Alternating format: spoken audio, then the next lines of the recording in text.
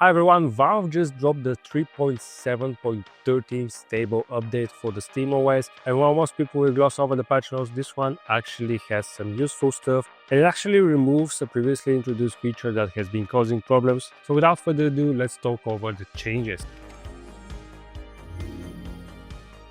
I said without further ado, but I do actually have a shameless plug. If you're enjoying Steam Deck content and you want to see optimized settings for the best games of the Steam Deck, check out my Steam Flow Curator page on Steam.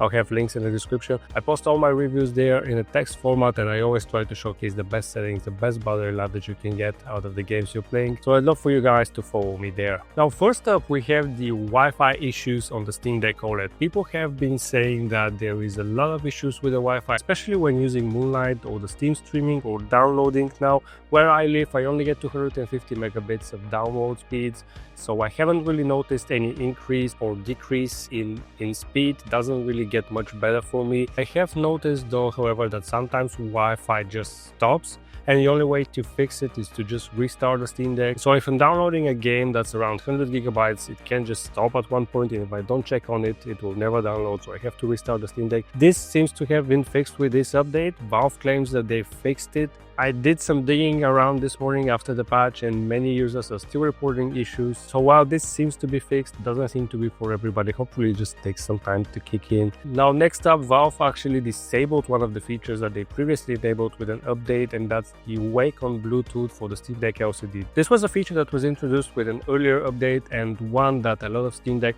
LCD users have been asking for years, and it didn't quite work as intended when they introduced it. Some users have reported that devices that are connected to both the Steam Deck and to another device, for example, if you had Bluetooth enabled headphones connected to your phone and the Steam Deck, they would sometimes turn on the Steam Deck without that being the intention. So this feature has now been disabled while Valve work on an update to fix that. Hopefully they will be able to fix it soon and reintroduce that back. It's a really cool feature, especially if you're playing dock mode and you just want to turn on your Steam Deck that's sitting somewhere near your TV or something like that. So hopefully that makes a return to LCD soon. There's also a fix for the battery level getting stuck. So some users have reported over the last month that they're seeing two different levels of battery percentage.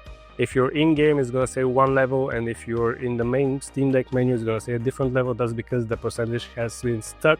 I've seen posts on Reddit about this. Personally, I haven't had this issue happen to me. Maybe it's related to the new power setting that allows you to limit the battery charge. I have not used that. Maybe both of these are connected. But the good news is that now that's fixed, you should be able to see the proper battery percentage, so that you don't get into a situation where it says 50% and it suddenly shuts down on you without saving your game. Now, the next one is game stuttering when using the volume keys. Now, this one is something I did notice. When using the volume keys, sometimes a game would stutter. Honestly, I thought that was normal. Every time I tried to adjust volume mid-game, the whole system would hitch for a moment.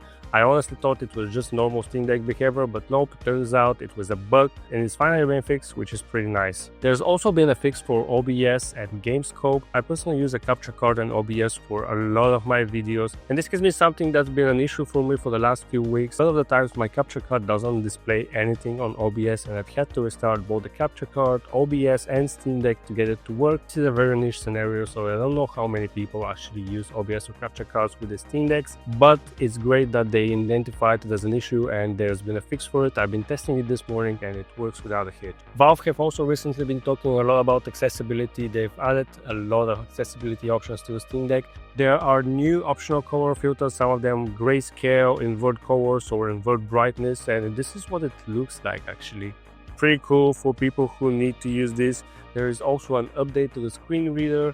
I tried that, doesn't seem to be working inside games, but it does work in the Steam Deck menu. I'm not sure if that's supposed to work in game. If you've been using the screen reader, I'd love to hear more about it. I never had the need to use one, but I do understand that a lot of people might want to use that. And there's a fix for the magnifier to not proper scaling. This is also something I've never used, but it actually is pretty useful for games that have very small text. And it's great that Valve is trying to cater to that type of audience. There are a bunch of other smaller fixes that are pretty welcome, but they're not exclusive to the Steam Deck.